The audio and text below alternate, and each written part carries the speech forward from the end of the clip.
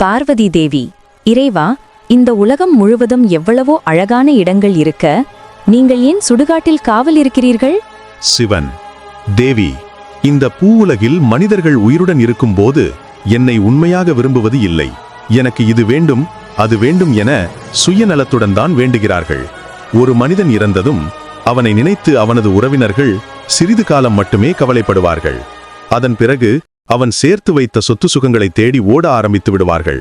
அப்போதுதான் இதை பார்க்கும் அந்த ஆன்மா உணரும், வாழ்நாள் முழுவதும் செல்வத்தை நோக்கி ஓடி வாழ்க்கையை வீணடித்து விட்டோமே, மோட்சத்திற்கான புண்ணிய பலனை சேர்த்து வைக்காமலே விட்டுவிட்டோமே என்று கவங்கி நிற்கும்.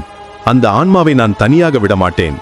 பயமான அந்த பூமியிலே நான் அந்த ஆன்மாவுக்கு துணையாக நிற்பேன். இந்த பிரபஞ்சத்தின் அனைத்து உயிர்களுக்கும் நானே தந்தை. காயமடைந்து வலியால் துடிக்கும் குழந்தைக்கு என்னை அடைய உதவுவது என் கடமை. அதனால்தான் நான் சுடுகாட்டில் தங்கி அங்கே ஏங்கி நிற்கும் ஆன்மாக்களுக்கு வழிகாட்டியாக இருக்கிறேன். சரி இறைவா, இப்போது நான் புரிந்து கொண்டேன்.